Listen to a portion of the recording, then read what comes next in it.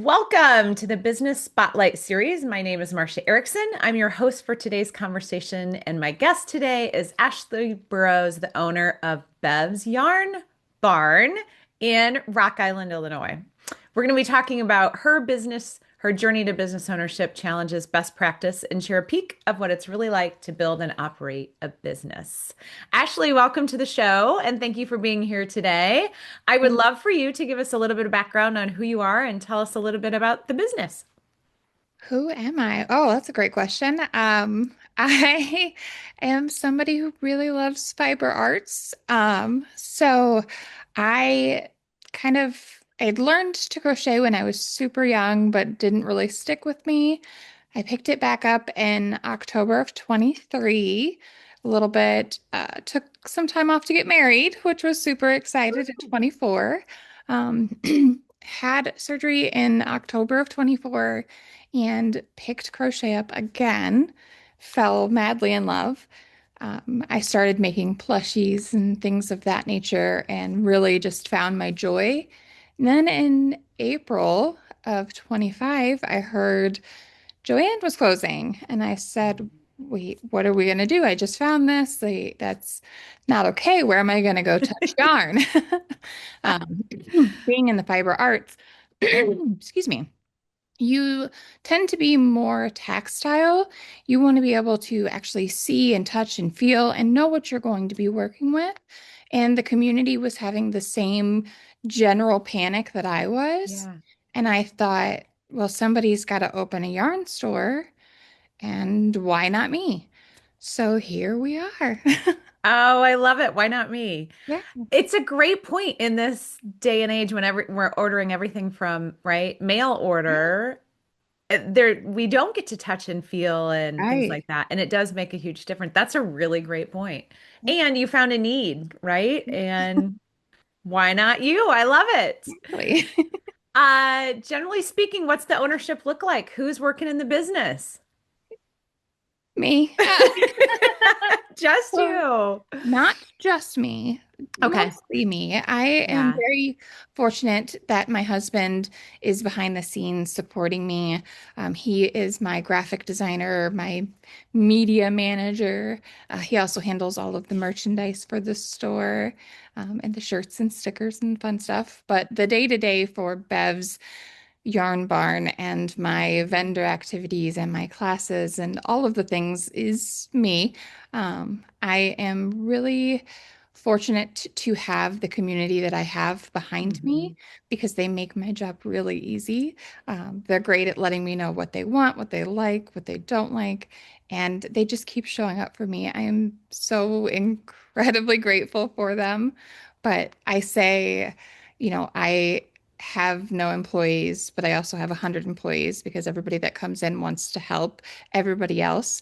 And I have no boss, but I have hundreds of bosses. So it's a wonderful thing. While it's me operating most things, I couldn't do it without everybody else that's behind the scenes Yeah. as well. I love that you said you're part of your target market, right? You're part of the community. Yeah, That's awesome. So as you look back, so it's only been a few months correct. since you've been open. Mhm. What so far has been the most memorable roadblock or hurdle that you were challenged with that you overcame? Oh, I think not understanding how big of a space I actually needed.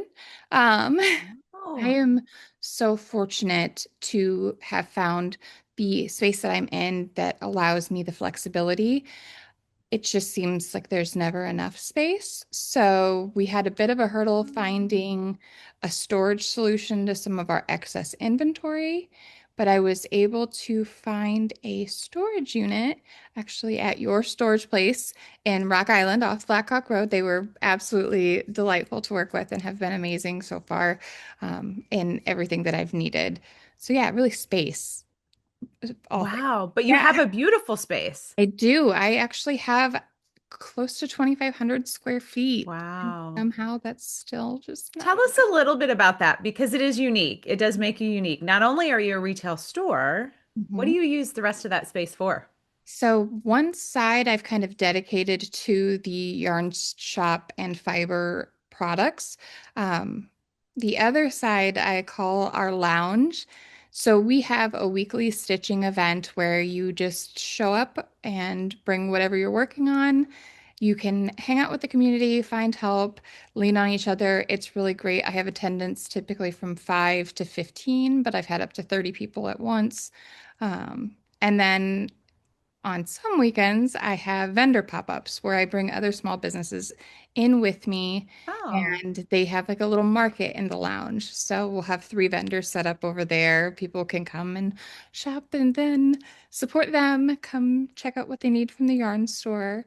I'm really excited. The summer second Saturdays start in downtown Rock Island, and we will be aligning our vendor days to match up with second Saturday so you can really make a whole morning out of it. So, wow. yeah. Wow. Very, very smart, strategic ways to serve I like how you describe it, your community, Yeah. right?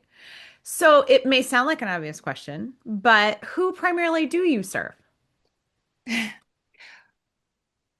Everyone.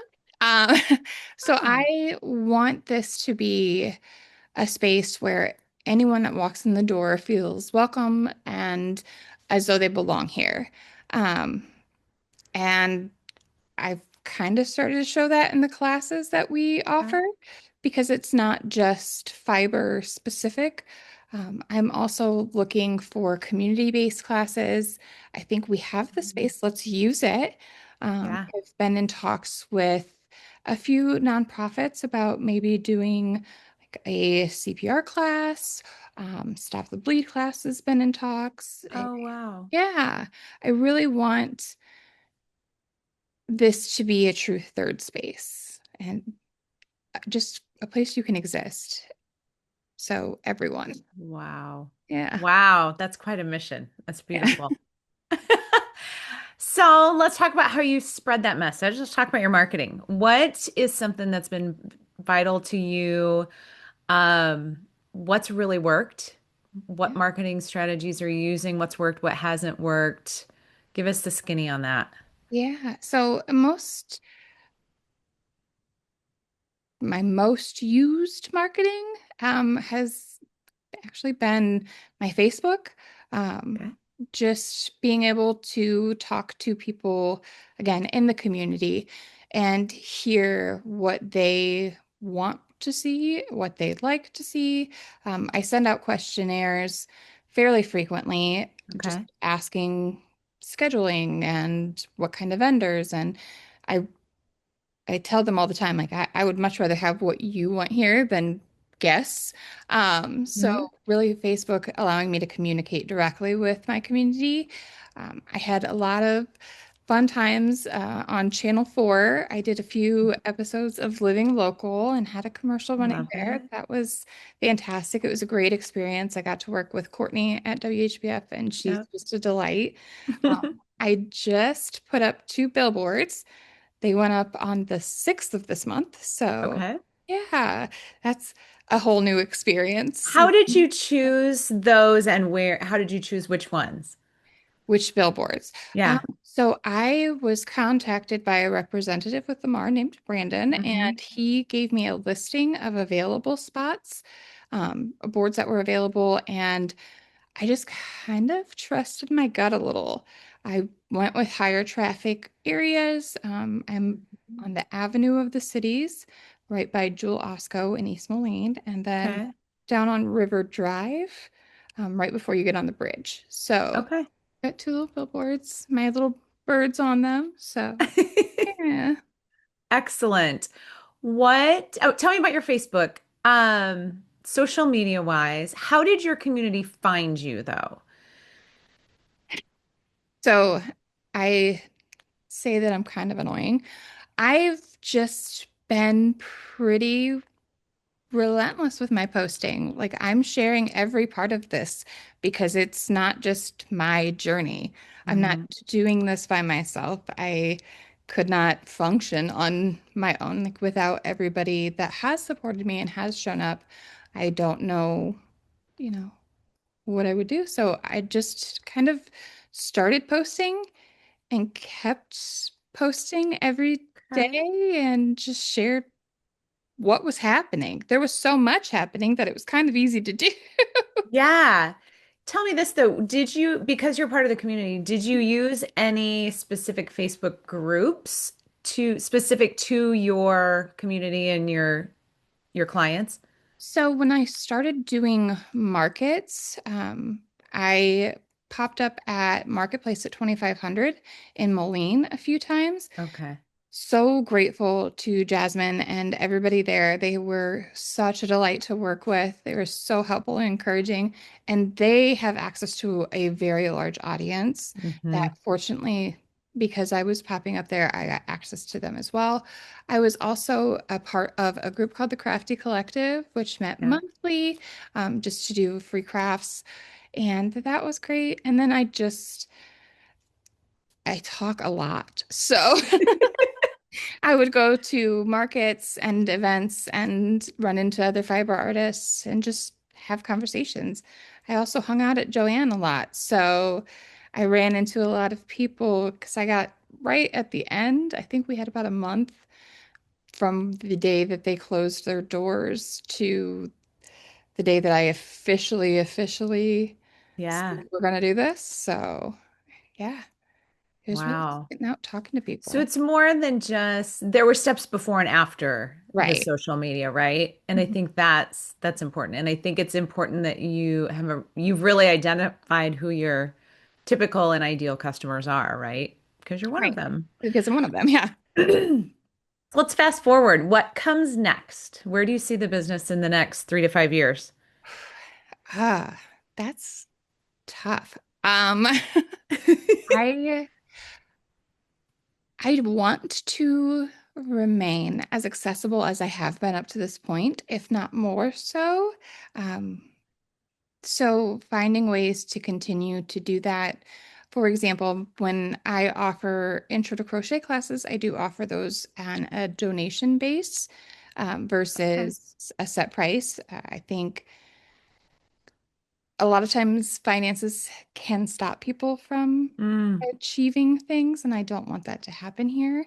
So, next 5 years, continuing to be able to offer classes at that price point, yeah. continuing to offer the selection that I offer, because that's really what is lacking from a lot of hobby stores.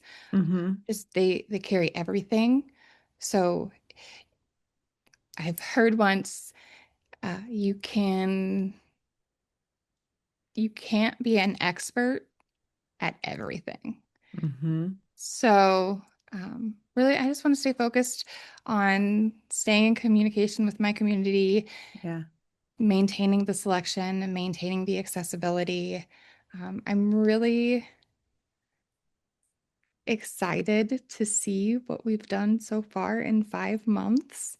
So I think we're on track Hmm. to continue to do those things. So, Yeah, it's very impressive. What do you think? So you mentioned selection, you mentioned being an expert. What do you think? What is your niche? What makes you unique? What do you think what's your superpower? yeah, my community. I say that so much, but Yeah. it's so true. We have seating in the shop on the lounge side, but I also was very intentional in having a seating side on the yarn store side. So it's a small area, but I have people that come in and they just hang out. And they're Mm. here to talk with other people who come in to shop for yarns Yeah. or talk about a project or have a question or just exist somewhere outside of work and home. Hmm. And really, they are bevs. I mean, they are what keep this place going. So that's my Yeah. superpower. You just brought up something that we overlooked, something really, really critical. Tell us about the name Yeah. of Bev's Barnyard. Yarn Barn. See, I I did told it. you, everybody does it. And I didn't Yarn do it Barn. on purpose. I did not make it tricky on purpose, but it is everybody. I have had so many names. The first delivery we got from Premier Yarns, we got delivered to Bev's Yam Barn. Mhm. Wow. I also have been Bev's Yard Barn, Bev's Barnyard. Like And I It's love a it. tongue It's twister. great. But you remember, even if you don't Yeah. remember the correct name, you remember a name. Ooh. Oh, I love that. So Yeah. tell us about Bev. Yeah, Bev, my grandma Bev. So I named the shop in her honor, and everyone assumes that she must have been the one to teach me to crochet. That was not the case. Um, Mm. my grandma Bev, I met when I was 9 years old, and she welcomed me and my sister into her family as if we had always been a part of it. She Mm. was the warmest, most welcoming and loving human being, 4'11", 100 pounds soaking wet, but there was nothing she could not do.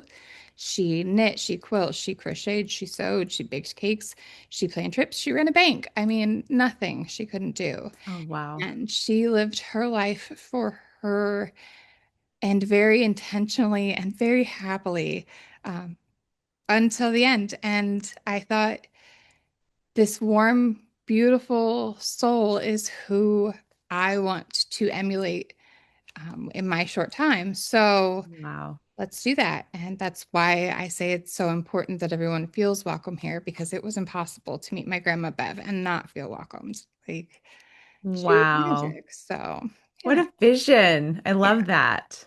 Oh, that's awesome. So as we wrap up, I have some rapid fire questions for you. Okay. You ready? I'm ready.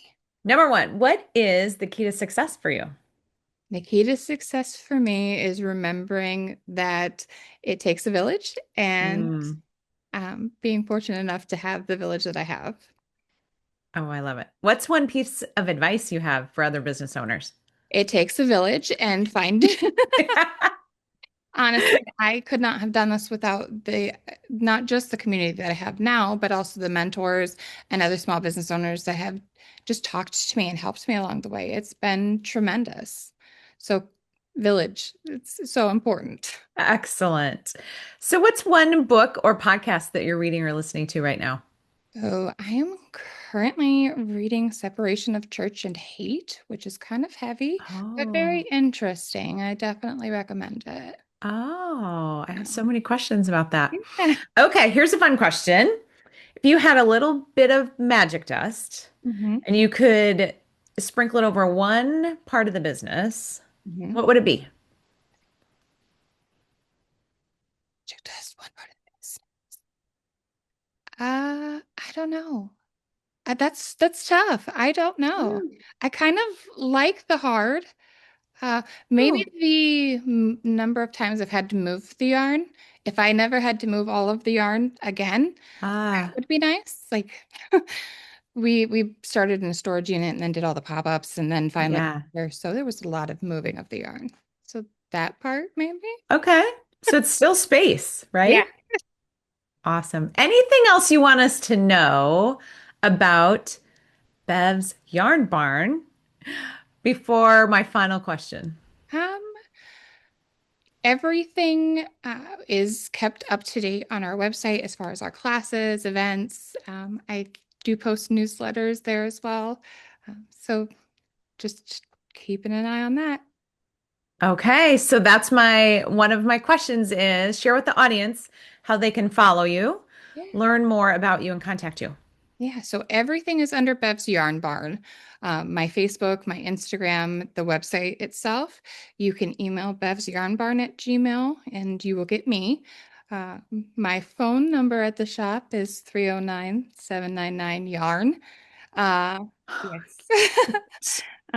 We are located at 323 18th Street in Rock Island, right between District Drugs and the Law Center. And I think that's all the ways. That's great. They can just Google Bev's Yarn Barn. Yes. It's If you just okay, search yarn and Rock Island, you'll find me. that's right. So here's our final question for the day for the audience. What is most inspiring to you today? Most inspiring to me today.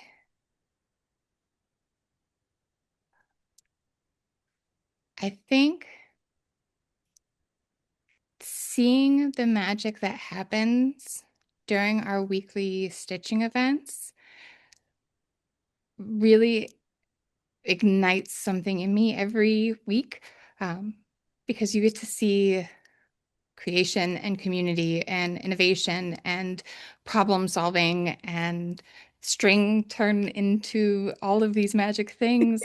So, yeah, just again, it falls back to community. Seeing what people create and how talented they are is magic. Wow. Well, this was a great conversation. I really enjoyed hearing your story. Thank you for sharing that and being so open with the audience. I just encourage all of you watching to share the show, come back, save it, share it, come back and watch it again, because Ashley really did have some great insights for business. Also, don't forget to like and subscribe to our channel so that you get notifications every time a new conversation is dropped, just like this one. Thanks to everyone who joined us today, and a special thank you to Ashley for being with us today. We really appreciate it. Thank you so much for having me. You bet. But bye now. Bye.